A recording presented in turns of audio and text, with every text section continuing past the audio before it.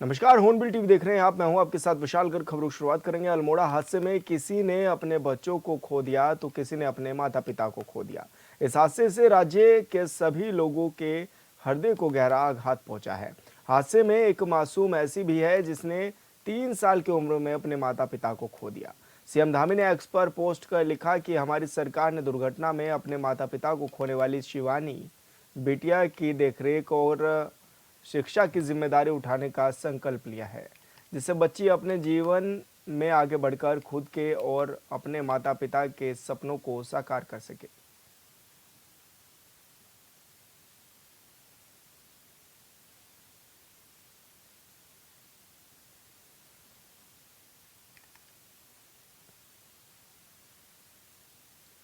अल्मोड़ा के मारचूले में हुए सड़क हादसे की वजह से उत्तराखंड सरकार ने राज्य स्थापना दिवस कार्यक्रम सादगी से मनाने का निर्णय लिया है। मुख्यमंत्री पुष्कर सिंह धामी का कहना है कि अल्मोड़ा की घटना दुखद है। सरकार मृतकों के परिजनों के साथ जहां खड़ी है, राज्य स्थापना दिवस के कार्यक्रम को सादगी के साथ अब मनाया जाएगा, क्योंकि दुखद हादसे में 36 लोगों का निधन हो गया है। आपको बता दें कि उत्तराखंड का राज्य स्थापना दिवस 9 नवंबर को मनाया जाता है। बहुत ही दुखद घटना है और इस प्रकार की घटनाओं की पुनरावृत्ति न हो, इसके लिए जो है जो क्रैश बैरियर लगाए जाने थे, हम उसकी भी समीक्षा कर रहे हैं। कमिश्नर कुमाऊं इसकी मजिस्ट्रियल जांच कर रहे हैं। साथ में जहां जहां से ओवरलोड होकर जो ये गाड़ी निकली है, उन चौकियों की भी जो है हमने कहा है कि उन चौकियों का भी जो है पूछताछ करके अगर कहीं कोई दोषी पाए जाते हैं उन पर कार्रवाई की जाए। बाकी जो लोग इसमें दोषी हैं, जो विभाग संबंधित हैं, उस पर पूरी कार्रवाई करेंगे और जो व्यवस्थाएं कमी हैं उन व्यवस्थाओं को करेंगे। अभी तो हमारा ये है कि जो घायल हैं उनको अच्छा इलाज मिले और जल्दी से जल्दी वो स्वस्थ हों और जो जिन परिवारजनों ने अपने परिवार के लोगों को, आत्मीयजनों को खोया है, निश्चित रूप से उनके लिए बहुत बड़ा कष्ट है। आज हमने कहा है सभी हमारे जिलाधिकारी उन सभी परिवारों की चिंता करेंगे, जाएंगे और हर संभव जो भी सहायता हो सकती है सरकार उसमें कर रही है। और हमारा यही है कि वास्तव में बहुत हमारे लिए इतनी बड़ी घटना बहुत प्रदेश के लिए दुखद है। राज्य स्थापना के भी अनेक कार्यक्रम होने थे, सभी कार्यक्रमों को हमने कहा है कि चूँकि कल्चरल कार्यक्रम हमारा 8 तारीख को प्रस्तावित था, उस कल्चरल कार्यक्रम को अभी स्थगित कर दिया है इस शोक के कारण से। और जो भी हमारे लोकार्पण और इस प्रकार के बड़े समारोह होने थे, उस सभी समारोह में जो भी सांस्कृतिक कार्यक्रम थे, उस प्रकार के कार्यक्रम थे, उन सभी को उसमें से हटा दिया है सादगीपूर्ण तरीके से, क्योंकि शोक का विषय है और हम सभी लोग दुखी हैं, पूरा राज्यवासी दुखी हैं। हम भगवान से प्रार्थना करते हैं कि जो हमारे बीच में नहीं रहे, जो जिनकी इसमें जान गई है, भगवान उनको अपने श्री चरणों में स्थान दे और उनके पारिवारिक जनों को इतना बड़ा कष्ट आया, आघात आया है, उनको ये कष्ट सहने की भगवान शक्ति प्रदान करे। अल्मोड़ा हादसे में घायल हुए 7 लोगों को ऋषिकेश एम्स में भर्ती कराया गया है। वहीं घायलों का हालचाल जानने के लिए कैबिनेट मंत्री और क्षेत्रीय विधायक प्रेमचंद अग्रवाल एम्स पहुंचे हुए हैं, जहां उन्होंने घायलों से मुलाकात की और डॉक्टरों से घायलों की स्थिति भी जानी है। मंत्री ने आश्वासन दिया है कि सभी घायलों की हर संभव मदद और चिकित्सा सुविधा उपलब्ध कराई जा रही है। बता दें कि घायलों से मिलने से पहले मंत्री ने बैराज रोड स्थित कैंप कार्यालय में हादसे में जान गंवाने वाले लोगों की आत्मा की शांति के लिए शोक सभा का भी आयोजन किया था।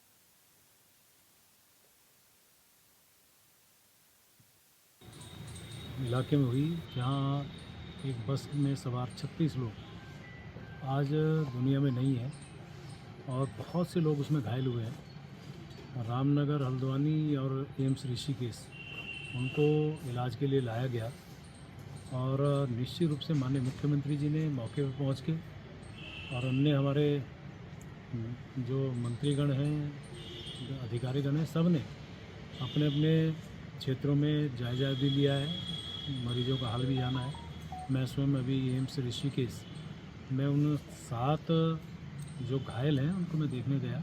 एक 2.5 साल की बिटिया जिसके माता पिता इस दुनिया में नहीं है।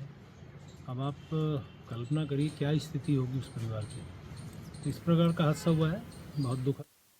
स्वास्थ्य मंत्री डॉक्टर धन सिंह रावत ऋषिकेश में एम्स में पहुंचे हुए हैं, जहां उन्होंने अल्मोड़ा बस हादसे में घायल हुए लोगों से मुलाकात की और उनके जल्द ठीक होने की कामना भी की।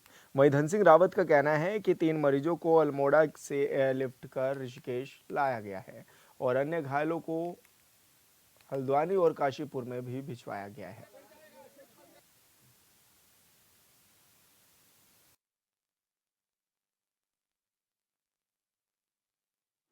एक बड़ी बस दुर्घटना हो गई है, वो मोहाना रामनगर के बीच में हुई और काफ़ी लोग उसमें डेथ हो गई काफ़ी लोगों की। फिर वहाँ से एयर एम्बुलेंस के द्वारा जो है हमने 3 लोगों को एयरलिफ्ट कराया एम्स में। कुछ लोग हल्द्वानी भेजे, कुछ लोग काशीपुर भेजे। लगभग 17 जो है 108 एम्बुलेंस के द्वारा जो है लोगों को हॉस्पिटल पहुँचाया गया। एयर एम्बुलेंस होने से काफ़ी लोगों की जान बचाई गई और अभी मैं उनको देख के भी आ रहा हूँ। भगवान की कृपा से वो सब ठीक-ठाक हैं। मैं मुख्यमंत्री जी का भी धन्यवाद देना चाहता हूँ कि उन्होंने तुरंत जो है जो मृतक परिजनों को 4-4 लाख रुपए जो है विवेकाधीन कोष से देने की घोषणा की है। 1-1 लाख रुपए घायलों। केदारनाथ उपचुनाव को लेकर कुछ ही दिन शेष रह गए हैं। ऐसे में बीजेपी और कांग्रेस उपचुनाव जीतने के लिए एडी चोटी का जोर लगाते हुए भी नजर आ रही हैं। वहीं विपक्ष केदारनाथ के कई मुद्दों को लेकर सत्ता पक्ष पर हमलावर है। उधर बीजेपी ने भी कांग्रेस पर सनातन को कमजोर करने का आरोप लगाया है। बीजेपी प्रवक्ता विनोद सुयाल ने कहा है कि केदारनाथ धाम में लाखों की संख्या में हर साल तीर्थयात्री दर्शन के लिए आते हैं, लेकिन वहां भी कांग्रेस के प्रतिष्ठान गिराने का काम किया है।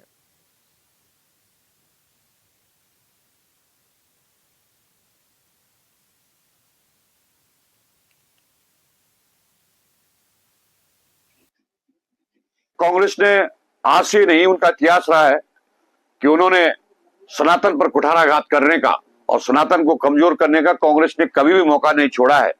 उसके एक उदाहरण नहीं, उसके अनेकों उदाहरण है जब उन्होंने सनातन को कमजोर करने का प्रयास किया है। और ये उनका केंद्रीय नेतृत्व के इशारे पर वो करते हैं।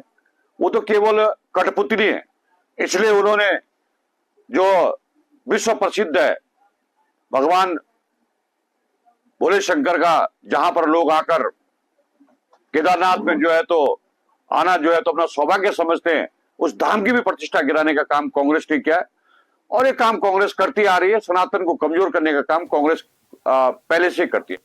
श्रीनगर ग्लोबल एलयूसीसी के दफ्तर में निवेशकों और एजेंटों के बीच हाई वोल्टेज ड्रामा देखने को मिला है, जहां निवेशक अपने पैसों को लेकर चिंतित नजर आए। इस दौरान निवेशकों ने कहा है कि उन्होंने अपनी पूरी जिंदगी और पूरी जमा पूंजी निवेश कर दी है, लेकिन पौड़ी की एक ब्रांच में करोड़ों के घोटाले का खुलासा होने से उन्हें संशय है कि उनका निवेश कहीं खतरे में ना आ जाए।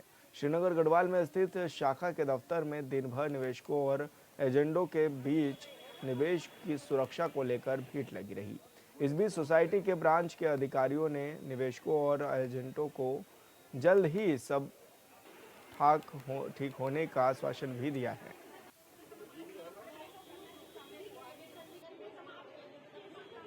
कभी किसी को गूगल पे कर दे, कभी कुछ किसी को कर दे। तो बैंक है क्या, ये बवाल है। जो इन्हें एजेंट बना रखा, उस एजेंट को लाओ ना जिसने 1,14,000 खा दिया, 14,600 रुपये खा दिया। क्यों बनाए ना इस एजेंट? ये भी देखो तुम, ये क्यों नहीं ला रहे हो? कुछ लोग वहाँ से इससे में जो है ना ऑफिस है, वहाँ से भाग गए। उसके बाद सब जगह फैल गए। कुछ लोग परेशानी इसलिए नहीं, हमारा पैसा भी ना डूब जाएगा। तो अभी हम लोग यहाँ पर आए थे, हम लोगों ने आश्वासन दिया कि 15 दिन का टाइम दिया है। 15 दिन के बाद आपकी मैच्योरिटी मिल जाएगी। भंडारी फरार चल रही है। मैं कहीं फरार नहीं हूँ, मैं कहीं बाहर से नहीं आई हूँ, आप लोगों के बीच से ही हूँ। और आप लोगों को पता है कि हम लोगों के ऊपर कितना बड़ा मुसीबतों का पहाड़ टूटा है। तो उसी के सिलसिले में मैं अभी देहरादून में हूँ और जैसे ही यहाँ पे काम निपटता है तो मैं आपके पास ज़रूर आऊँगी। और यहाँ पे आप लोगों को मेरा आप लोगों से यही निवेदन है कि आप लोग ज़रा धैर्य बनाए रखें। जैसा कि मिचोटी के लिए आप लोगों को बताया गया है, आज तक जैसे हमने मिचोटी दी है आगे भी आप लोगों को वैसी मिचोटियाँ देते। हमें पैसा नहीं मिल रहा है, 6 महीने हो गए, मेरे पैसे अभी तक नहीं मिले। 1,02,600 रुपये 4 आईडियों के। प्लस यहाँ पे सिस्टम कुछ नहीं है। ये सिस्टम बोल रहे कि सिस्टम है, सिस्टम है। अगर चलो हमारे पैसे जमा हो रहे हैं तो हमें मैसेज आ रहा है, नहीं हो रहे, ब्लॉक हो रही है, तो कम से कम मैसेज तो करें हम लोग भी तुम्हारी आईडी ब्लॉक हो रही है।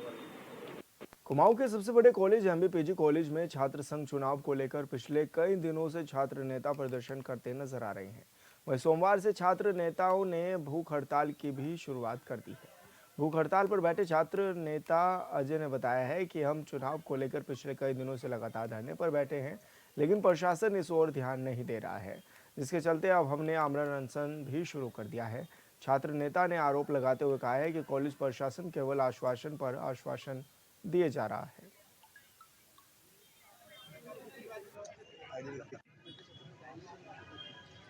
प्रशासन में हमें कोई देखने नहीं आया कि हमें खाली आश्वासन दिए जा रहे चुनाव की तिथि आएगी, चुनाव की तिथि आएगी। आज 10 दिन हो गए धरने में बैठे हुए, कोई तिथि नहीं आई चुनाव की। अब इनने हमें इतना मजबूर कर दिया कि हम भूख हड़ताल में आ गए। यहाँ पे कॉलेज में, अपने कॉलेज में भूख हड़ताल में बैठ गया। जब तक चुनाव की तिथि घोषित नहीं करते हम भूख हड़ताल में रहेंगे। आश्वासन दे रहे चुनाव की तिथि आएगी, चुनाव की तिथि आएगी, खाली झूठे आश्वासन दे रहा है। 10 दिन से झूठे आश्वासन देने में ही लगा प्रशासन। छात्र संघ चुनाव को लेकर जहां एक और छात्र नेता भूख हड़ताल पर बैठे हैं, तो वहीं हल्द्वानी में अखिल भारतीय विद्यार्थी परिषद के छात्रों ने भी एमबीपीजी कॉलेज में चुनाव को लेकर जोरदार प्रदर्शन किया है। इस दौरान प्रदर्शनकारियों ने नारेबाजी करते हुए जल्दी छात्र संघ चुनाव कराए जाने की भी मांग की है।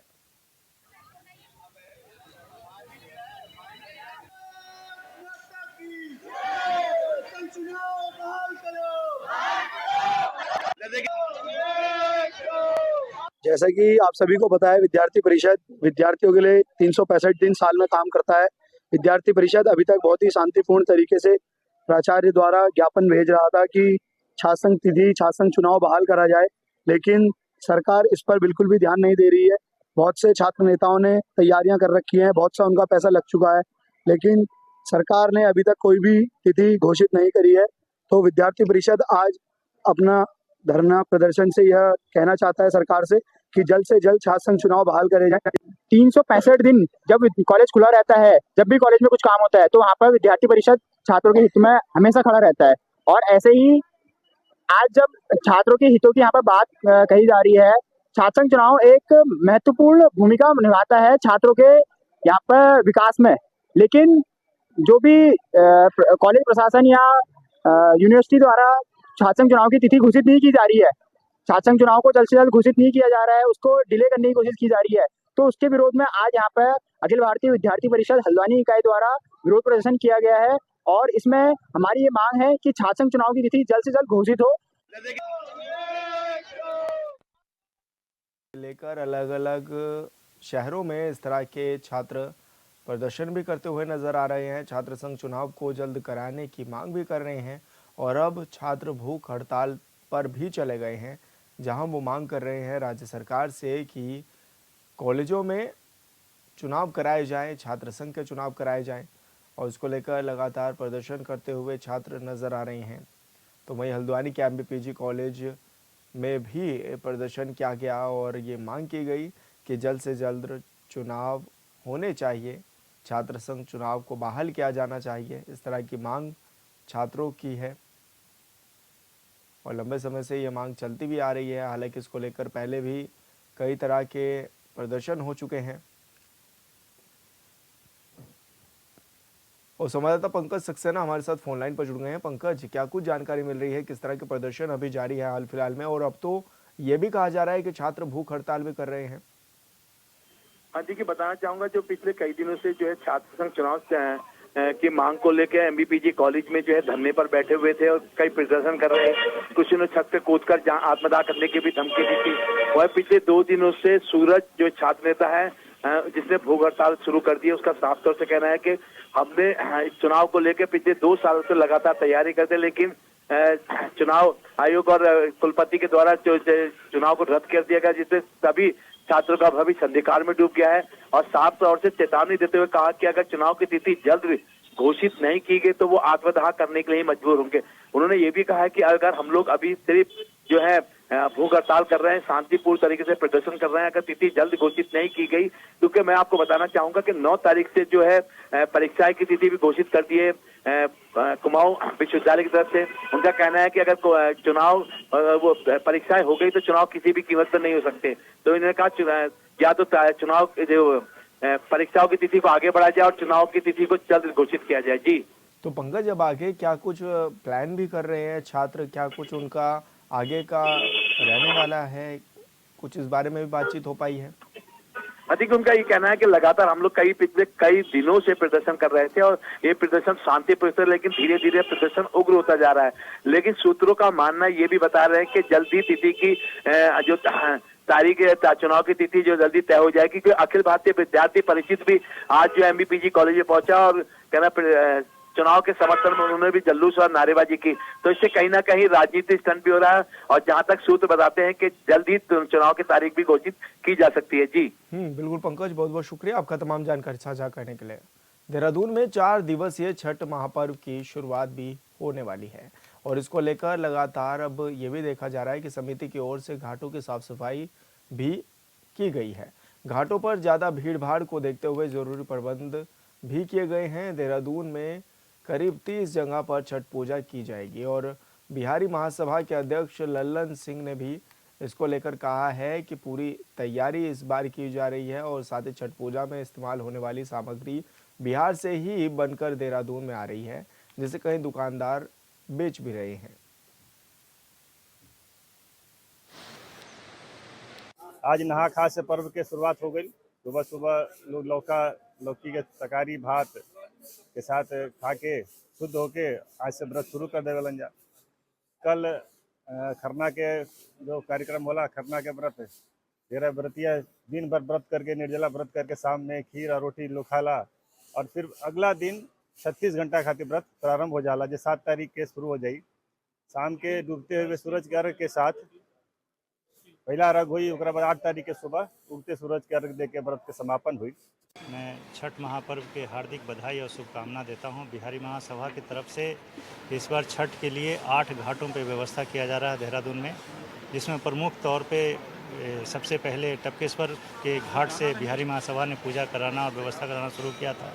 तो टपकेश्वर में, प्रेमनगर में, चंद्रमणि में, चाय बागान में, ये सारे जितने टनल हैं सब जगह पे घाटों का व्यवस्था, साफ़ सफाई की व्यवस्था, वहाँ पे चेंजिंग रूम का व्यवस्था और साउंड की व्यवस्था, लाइट की व्यवस्था कराया जा रहा है। ये सारे बिहारी महासभा के कार्यकर्ता लोग करते हैं, जिसमें व्रतिया आते हैं उनको सुगमता से आएँ, अपना व्रत करें, अर्घ दें। और संवाददाता हिमांशु गौड़ हमारे साथ फोन लाइन पर जुड़ गए हैं। हिमांशु, क्या कुछ जानकारी मिल रही है, किस तरह की तैयारियां भी हैं अब जिस तरह से छठ का पर्व भी मनाया जाना है?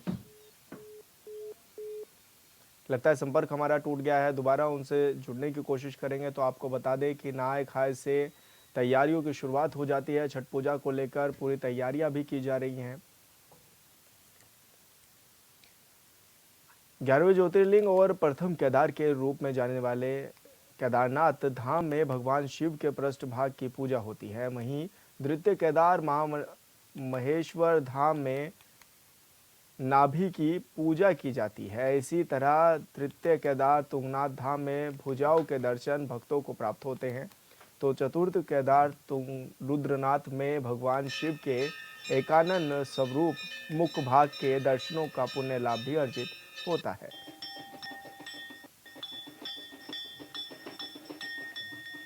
जय कल्पेश्वर महादेव।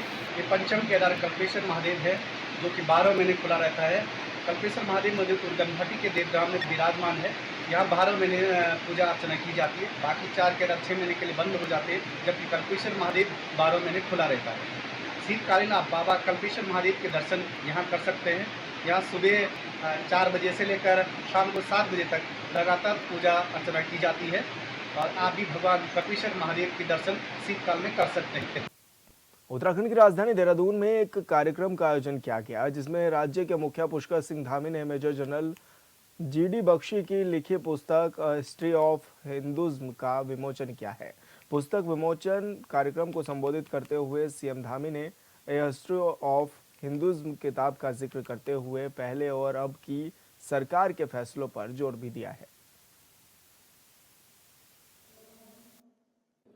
भाइयों बहनों, आज मेरे लिए भी ये अत्यंत हर्ष का विषय है कि मुझे आज महान राष्ट्रवादी और सामरिक मामलों के विशेषज्ञ, जिन्होंने अनेक क्षेत्रों में काम किया है और सच में उनके अंदर एक सैन्य अफसर के साथ साथ एक संत के रूप में भी है। जैसे अभी अब वो मुझसे कह रहे थे कि मुझे तपोवन एक चाहिए, जहां पर वो कुछ काम करेंगे, अध्यात्म को प्राप्त करेंगे। तो उन्होंने सेना में रहते हुए भी अनेक विशिष्टताएं प्राप्त की हैं और उनकी उत्कृष्ट कृति आज हिस्ट्री ऑफ हिंदुइज्म इसका विमोचन करने का सौभाग्य मुझे प्राप्त हो रहा है। मेजर जनरल बख्शी जी वीर योद्धा होने के साथ साथ एक विचारक भी हैं और देश सेवा में जो उनका योगदान है वो हमेशा अविस्मरणीय रहेगा और वो अपनी इस कृति के माध्यम से जो हमारी प्राचीन संस्कृति है, इतिहास है, उन गहराइयों पर प्रकाश डाल रहे हैं। और जैसा फिलहाल इस बुलेटिन में इतना ही। आप देखते रहिए हॉर्नबिल टीवी। नमस्कार।